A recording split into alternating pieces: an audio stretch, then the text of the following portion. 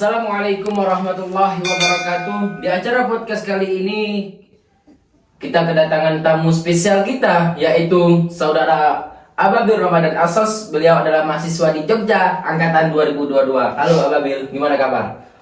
Alhamdulillah. Alhamdulillah baik. Baik ya. Ente Alhamdulillah itu baik itu sehat. baik. Baik. Kalau sehat lagi kurang fit. Oh. Biasa kan cuaca kan sekarang. Dengar sebelum aku ngundang ente ini, sebelum itu aku dengar ente sakit kemarin. Sakit. Sakit ya. Sakit apa? Sakit Capean. biasa mood. Emang Capean. udah lama gak sakit kan? Ya. Udah lama gak sakit, sekitar kapan ya? Udah tahun lalu sih aku terakhir sakit tuh. Makanya kayak aku Merasa sakit itu. aku bersyukur juga dikasih sakit gitu. Oh, bersyukur juga. Tapi tetap semangat ya beraktivitas kuliah, ikut apa gitu. Sebelum kuliah, selain kuliah itu kegiatannya apa? Selain kuliah, Ya. ini sih organisasi eksternal. Eksternal. Ya, terus juga aku Eksternal itu apa? ini organisasi ini bedanya sama internal nih. Nah. Kalau internal tuh kan dia itu organisasi mahasiswa yang kedudukannya resmi di lingkungan kampus. Tapi kalau eksternal kebalikannya lah. Balikannya. Di lingkungan kampus. Berarti ente ikut organisasi eksternal. Eksternal. Internal nggak ada. Internal belum. Belum ada. Belum ada. Kapan nih? Rencananya kapan?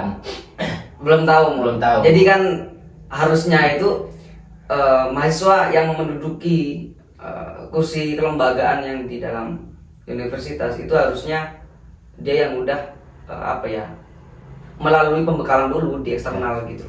Di eksternal ya. Harusnya seperti itu idealnya. Iya. Berarti cuma ikut eksternal ya, belum ikut internal. Belum. Teman-temannya ada yang ikut internal? Ada. Ada. Apabila orang mana? Saya orang Madura. Orang Madura. Asli. Wih, kalau ditanya orang mana ini semangat ya, panggil semangat Oh iya jawabannya. dong. Langsung Madura. Langsung semangat bilang Kita gitu. tuh harus. Kenapa? Ini pertama saya tuh bangga menjadi orang daerah. Bangga kenapa? Apa alasannya? Karena bangga? daerah gitu masih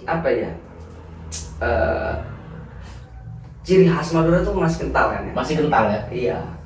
Ciri khas itu ciri khas kebudayaan yang kentalnya, ciri khas kebudayaan atau keislamannya yang kentalnya itu gimana? Di Madura. Di Madura ya. Kalau secara historis Madura itu menyimpan sejarah ini kekentalan keislamannya sih.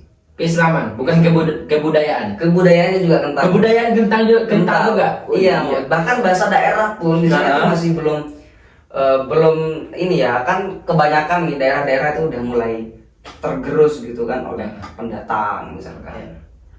Bahasa-bahasa daerah mulai memudar gitu kan.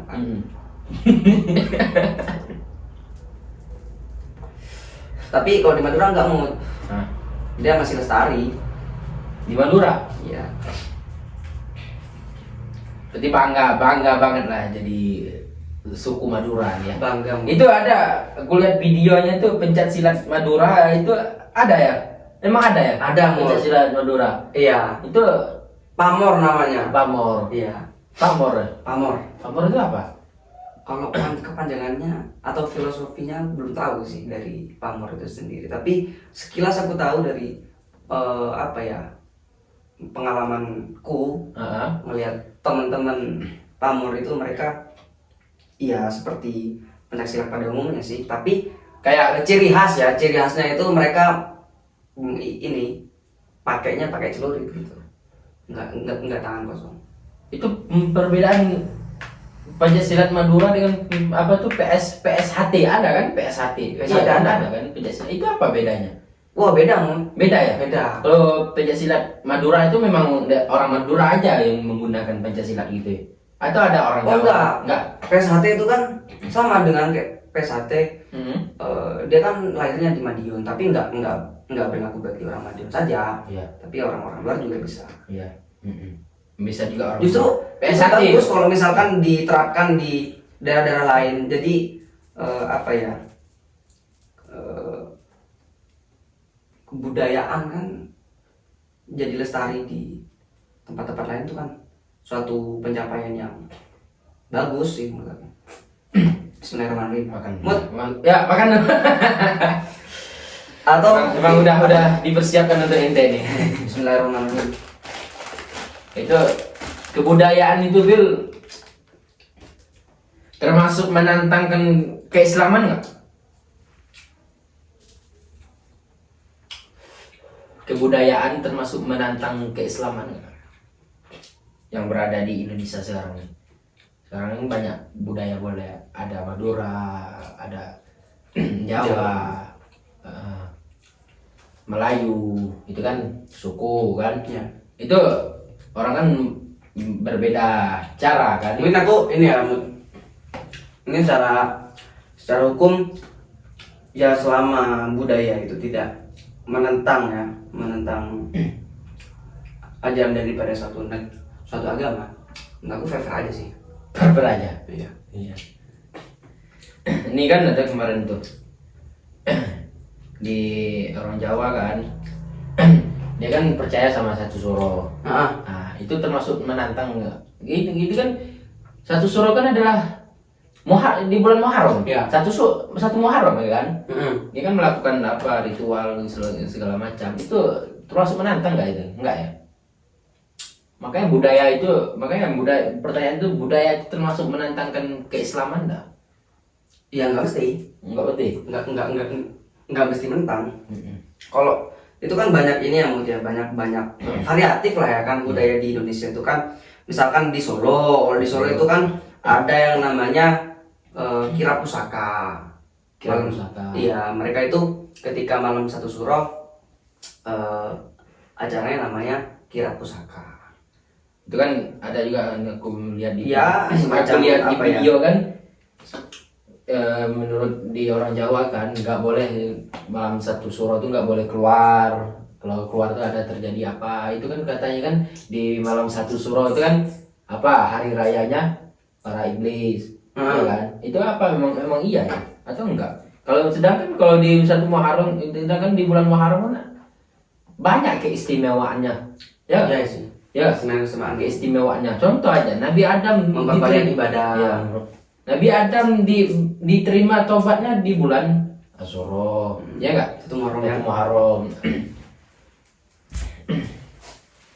Itu cucunya Nabi Muhammad Husain itu dibunuh sama kaum Karbala itu kan di bulan Muharram. Itu kan keistimewaan semua ya. Ya enggak? Terus Nabi Nuh juga keluar dari musibah dari kapal bencana itu di bulan bulan Muharram juga. Benar kan? Jadi menurut aku suatu peristiwa itu satu apa ya, kepercayaan itu nggak harus diambil dari satu peristiwa saja gitu sehingga dapat diyakini enggak Iya. gitu. Pernah mondok dulu ya? Pernah Gimana rasa mondok itu? Alhamdulillah, mondok itu banyak dinamikanya Gimana? ya, ada sedih, ada senang ya. Banyak duka sukanya ya. Iya, Kalau dukanya contoh gimana dukanya di pondok? dukanya sedang digosok. Sendal digosok. Duka ya, duka ya. Duka. Kalau digosok itu dapat kembalian lagi nggak sendalnya? Dapat dicarinya? Susah. Susah. Soalnya kita pakai sendal yang paling jelek aja digosok. Iya. Sendal jelek itu sendal kayak apa? Selalu itu kan banyak kembarannya itu kan. Mau nyari gimana? Iya benar. Itu dukanya ya. Iya. Kalau udah hilang tuh beli lagi ya. Beli lagi risikonya. Iya benar. Berarti berapa tahun mondok? 6 tahun sih. 6 tahun ya. 6 tahun. Berarti hebatlah agamanya nih. Bukan yang hebat sih. Alhamdulillah. Alhamdulillah. Ada. Besar di lingkungan pondok itu suatu apa ya Mut ya? Suatu kenikmatan yang sangat tinggi nilainya sih. Boleh nanya nggak Bil? Apa itu Mut? Ini kan, Aduh. santai aja kita, santai. Ini kan di Udah macam ujian akhir pondok aja ini. Dites. Dites ya. Nih Bil, ini kan di dalam Quran ada bunyi al fitnatu asyaddu minal qatl. Iya kan?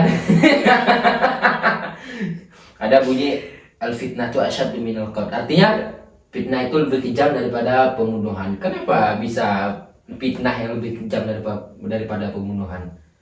Bukannya pembunuhan tuh kejam juga ya? Iya ya. Nah, Kenapa ya Mut ya? Itu juga aku. aku nanya balik. Tapi gini sih, mungkin kalau dari pandangan setiap orang itu, kenapa sih kok fitnah itu dikatakan dalam kutipan ayat itu tadi, kenapa sih lebih kejam daripada pembunuhan? Sedangkan secara tampaknya saja ya lebih mengerikan pembunuhan gitu kan? Iya, secara kelihatan kita kan? Iya. Mungkin gini sih Mut. Kalau fitnah itu kan orang yang dikenai fitnah itu pasti mengalami pertama ya pasti mengalami ini sih, mengalami perampasan hak, ya kan? Perampasan hak. Iya. Dan di lain sisi juga ya orang-orang yang mendapatkan isu-isu yang tidak benar itu juga menjadi korban atas fitnah tadi gitu. Sedangkan kalau pembunuhan itu kan ya udah mentok di pembunuhan saja gitu. Akar permasalahannya sudah mentok di pembunuhan saja gitu. Iya. Tapi kalau menurut pandangan aku ya, fitnah itu lebih kejam daripada pembunuhan. Misalnya nih, ini contoh nih, misalnya si A tetangga nih, si A tetangga si A dan tetangga si B. Tetangga si A nih memfitnah tetangga si B. Tetangga si B nggak senang, merasa sakit hati karena dipitnah sama si A. Tetangga si A tadi kan merasa sakit hati kan, kenapa dia nih fitnah aku kan, yang bilang gitu kan, padahal aku nggak melakukan apa-apa, merasa sakit hati dia sampai dia emosi apa segala macam kan. Habis itu dia samperin tetangga si A itu, samperin ya. Kalau dia nyamperin nama aja orang sakit hati nggak ada pikiran lagi kan, nggak ada pikiran lagi kan, yang ya itulah gara-gara si A itu memfitnah, Udah dikuasai oleh amarah ya. Iya, dikuasai oleh amarah, makanya difitnah sama si A tadi. Keluarganya si A itu ada keluarga si A itu menjadi korban, anaknya atau apa segala macam kan. Rumah-rumahnya juga dihancur, bahkan dirampas semuanya, dihancur. Maka anaknya dibunuh juga sama orang yang fitnah pun dibunuh juga. Maka itulah yang dikatakan fitnah itu lebih kejam kan daripada pembunuhan. Sampai anak yang punya pun dibunuh juga. Tuhan ada Kan gini Mut ya. Jadi tuh ini kan kenapa kita itu harus pandai-pandai menerima informasi, lalu kita kelola informasi itu, lalu kita jangan mentahkan informasi tadi. Sehingga tidak terjadi sesuatu fitnah tadi kan. Itu kan karena kita itu seringkali gitu kan ketika mendengar suatu informasi tanpa ada tahap penyaringan gitu loh. Kita harus tiba-tiba kita terima mentah-mentah nih kayak kilawakola lah dari perkataan kita kita udah terima aja, terus kita udah hakimi orang yang dikatakan itu kan menjadi bahan omongan tuh kita ikut menghakimi tanpa kita harus tahu gitu loh informasi akar permasalahannya seperti apa gitu. Makanya informasi itu jangan cuman sampai di telinga saja gitu, tapi apa yang perlu kita lakukan ya kita harus mencari, memvalidasi dari suatu informasi tadi. Iya. Jauh juga obrolan kita ya. Mendalam nih obrolan kita nih. Aduh mau kertasku mau. Aduh, kacau. Bil, nih kan ada namanya dukun. Tahu kan dukun? Tahu Mot. Dukun apa? Kan ada dukun beranak, ada dukun beranak. Iya, ada dukun beranak, ada dukun pijat. Ya. Itu dukun. Ini dukun apa nih? Keramat? Enggak, pokoknya semua dukun. Semua dukun ya. Di dukun itu Islam atau enggak? Di dalam Islam ada enggak dukun? Dukun itu kan apa ya Mut ya? Ya itu tadi Mut, ada pembagiannya Mut. Kalau misalkan dukun pijat, dia tukang pijat. Tukang pijat. Iya. Kalau dukun beranak? Dukun beranak dia biasanya ini yang melahirkan orang.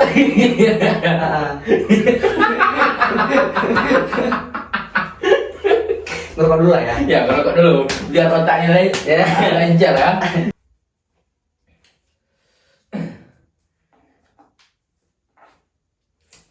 Kenapa ya di Islam itu Bil, banyak orang yang mempercayai dukun? Kenapa ya? Di Kristen ada gak orang yang mempercayai dukun? Kenapa harus Islam gitu? Jadi kan gini Mut, ada istilah doktrin literal yang dimana pemahaman itu turun temurun melalui generasi-generasi terdahulu kita gitu loh. Oh, turun. Sehingga kita itu ya udah kita terdoktrin gitu loh. Nah, Jadi wah aku percaya gitu karena menurut mbahku loh. Seperti itu. Oh berarti bener dong karena kan dia sebagai petua gitu kan. Gitu sih. Mut. itu di dalam Islam ya? Enggak sih. Enggak. Dalam ini sih dalam ikut masyarakat. Masyarakat. Dalam pembahasan kita ya. Agak ada apanya Mut. Gak tahu apa aku cowok. Baiklah. Bismillahirrahmanirrahim. Boleh gak Mut aku makan ini? Boleh makan. Ini ada juga nih. Ya. Ini kamu masak sendiri kan?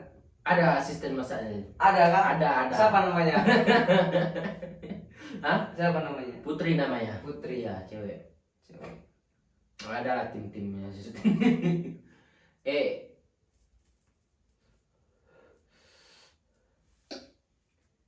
Apa cowok?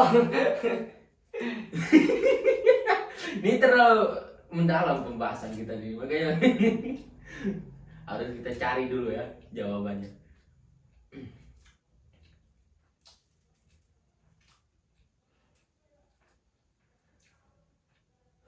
Bil, kita kan sholat, ente sholat kan?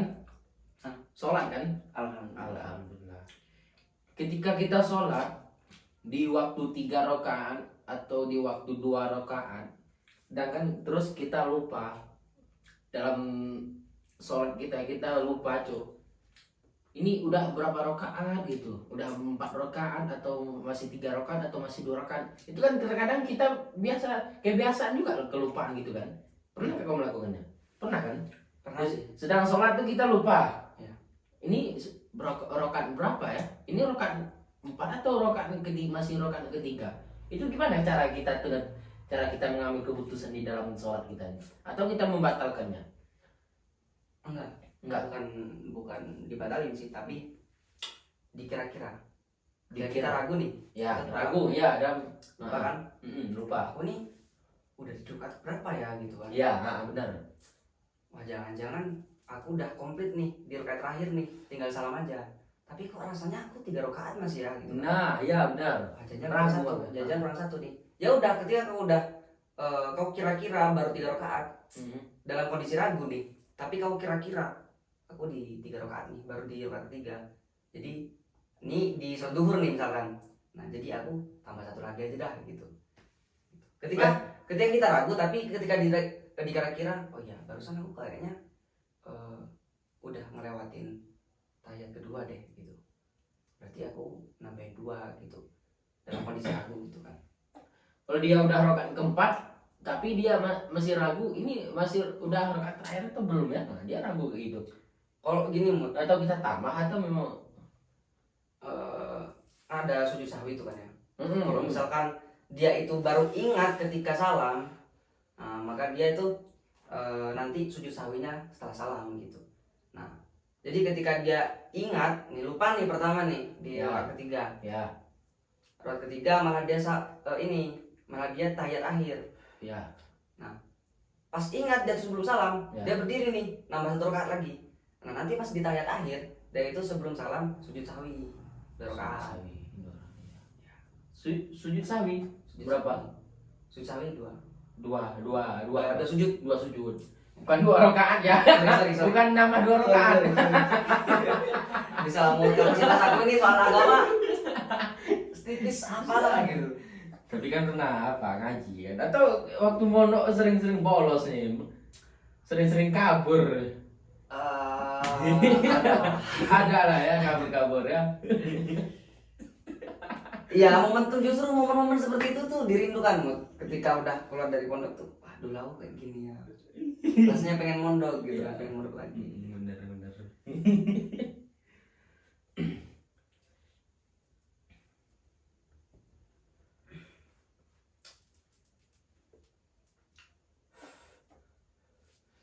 Tapi sekarang masih pengen mondok. Tapi sekarang nginep kuliah itu ngekos atau asrama atau Tinggal mondok? di asrama. Di asrama. Oh jadi ustadz berarti? Ustadz Ababil? Enggak. Bukan. Asrama mahasiswa Mut. Jadi ya nyantri lah, Nyantri. nyantri. Sambil belajar di apa juga. Biar kan nilai-nilai keislaman kita itu masih walaupun di lingkungan kampus tuh ya nggak memudar lah gitu. Iya, benar. Kadang kan kalau kita udah ini ya asik nih habis kampus nih kan, Iya. nggak tahu mau mana, habis itu ngopi. Iya. Kadang tuh kita tuh lupa Mut gitu kan, Ah. kadang lupa sholat gitu kan.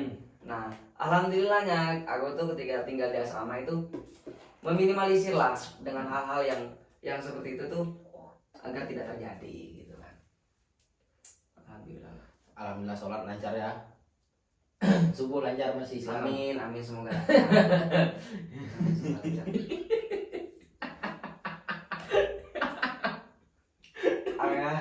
Aduh, kacau.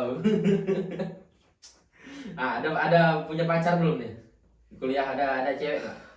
Katanya kan kalau ada orang kata itu mahasiswa yang mengatakan kalau kita kuliah ada punya pacar itu ada sebagai motivasi kita supaya kuliah kita lancar, tugas, skripsi biar motivasi kita kan. Itu ada pacar sekarang.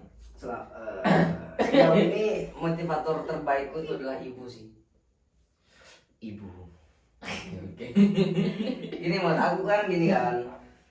Jadi alhamdulillahnya nih aku itu bukan yang bukan yang termasuk orang yang disibukkan sama hal-hal yang seperti itu. Aku juga nggak ada ketertarikan juga berpacaran. Ya, benar. Berarti nggak ada pacar sekarang nih? Belum ada. Pengennya apa? Pengennya taruh. Pengennya langsung aku nikah. tuh, apa ya? Untuk apa sih? Aku nggak menyalahkan sama orang-orang mungkin Yang melakukan itu. Iya, yang mungkin yang masih pacaran gitu kan. Aku nggak mau ikut campur lah gitu. Ya. Tapi kalau aku sendiri ya, aku pribadi tuh aku itu nggak mau lah bertahan lama-lama sama hal yang nggak tahu kepastiannya gitu. Mending kita realistis aja sih, Iya. apa yang udah jelas kita kerjakan aja sih. Pernah ngocok ya? Astagfirullah. Wow, rente ini ya. Enggak lah, santai kita. Sebagai cowok itu kan harus pernah itu. biar enggak ini kali ya kan. Itu kan membuktikan bahwasanya kita tuh normal atau enggak, ya kan? Iya. Kalau masih Tapi naik, kalau keseringan nggak normal. oh, Nggak normal tuh. enggak normal. Kenapa? Gini kok, soalnya apa ya? Banyak Banyak efeknya, risetnya ya. dampaknya. Iya. Dampak dari perbuatan istimna kan Iya. bahasa Arabnya itu kan. Oh iya, oke. Perbuatan dari istimna itu kan dampaknya juga besar gitu, bahkan melebihi narkotika. Iya. Candunya itu dahsyat.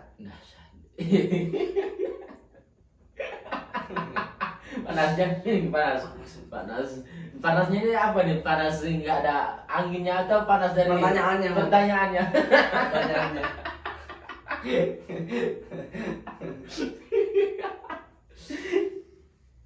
Aduh. Kata-kata motivator untuk pemudi di zaman sekarang. Apa ya? Motivator. Nggak jago aku motivasi itu asli. Intinya kita itu sebagai pemuda jangan pernah takut untuk bersuara,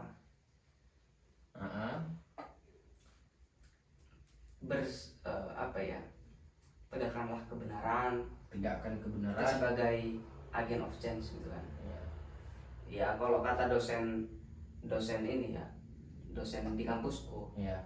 itu, dia bilang mahasiswa itu dibilang pinter ya enggak, goblok ya enggak, dia di tengah-tengah gitu kan. Dia itu ada di kelas menengah Ya. gitu kan, di antara masyarakat kelas bawah dan kelas atas gitu kan. Ya. Jadi dia itu sebagai apa ya, sebagai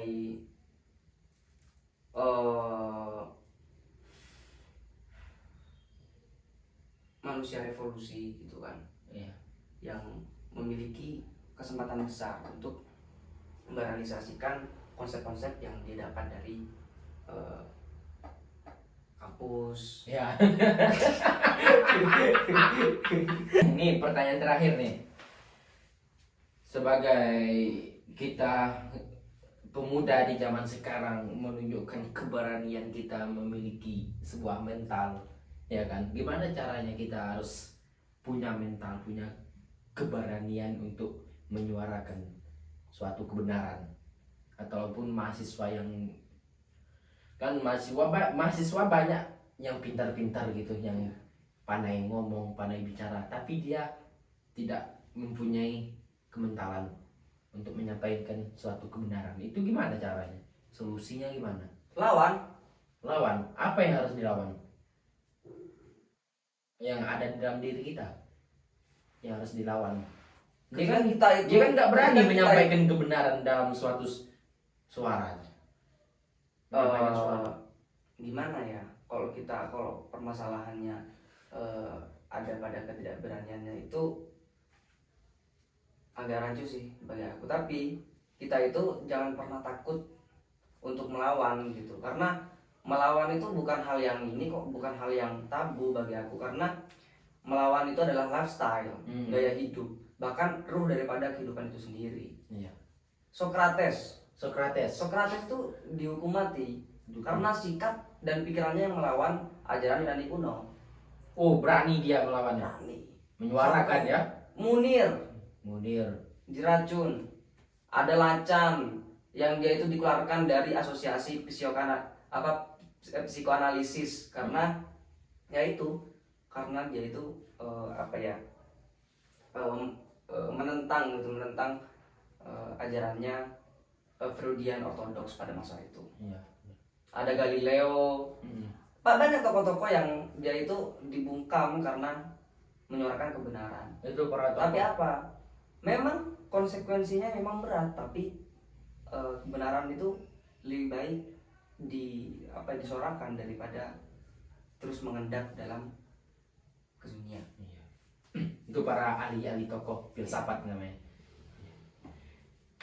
Ini para ahli tokoh filsafat itu orang-orang yang bijaksana ya, yang dalam berlogika. Ya benar kan? Ya. Apa perbedaan para ahli filsafat dengan para nabi? Para nabi kan bijaksana juga, Ya. benar kan? Para ahli filsafat juga bijaksana. Itu apa perbedaan? Filsafat itu apa ya? Bagi aku filsafat adalah proses untuk berpikir dengan ketepatan nalar dan juga berpikir secara sistematis gitu loh. Jadi filsafat itu bukan nggak bisa kalau dikatakan sebagai kebenaran. Ketika filsafat dikatakan sebagai kebenaran, maka filsafat sudah tamat gitu loh. Iya. Nah, cuman di sini ada perbedaan antara filsafat Yunani klasik dan juga falsafah Islam. Nah, kalau filsafat Yunani dia itu berangkat dari keraguan atau ketidaktahuan. Sedangkan kalau filsafat Islam itu berangkat dari keyakinan. Iya. Jadi filsafat Islam itu mengokohkan apa yang ada. Iya, benar. Oh iya gitu. Oke. Udah selesai ya. Tambah lagi boleh. Boleh. Kita lanjut part 2. Kita lanjut part 2 ya. Jangan lupa guys, Jangan lupa subscribe. Oke, baiklah. Podcast malam ini kita udah cukup. Masih ada part 2-nya, yaitu masih tamu undangan kita, yaitu saudara Ababil. Masih banyak pertanyaan-pertanyaan yang harus disampaikan sama Ababil nih. Soalnya beliau ini pintar, ya kan? Soalnya beliau ini pintar. Logika dia, akal pikiran itu jangan termasuk akal sehat gitu namanya. Mudi ini dikenal sebagai ini suka ngibul. Suka ngibul dia. Oke, baiklah guys. Baiklah. Saya Mudi Wardani izin mengundurkan diri.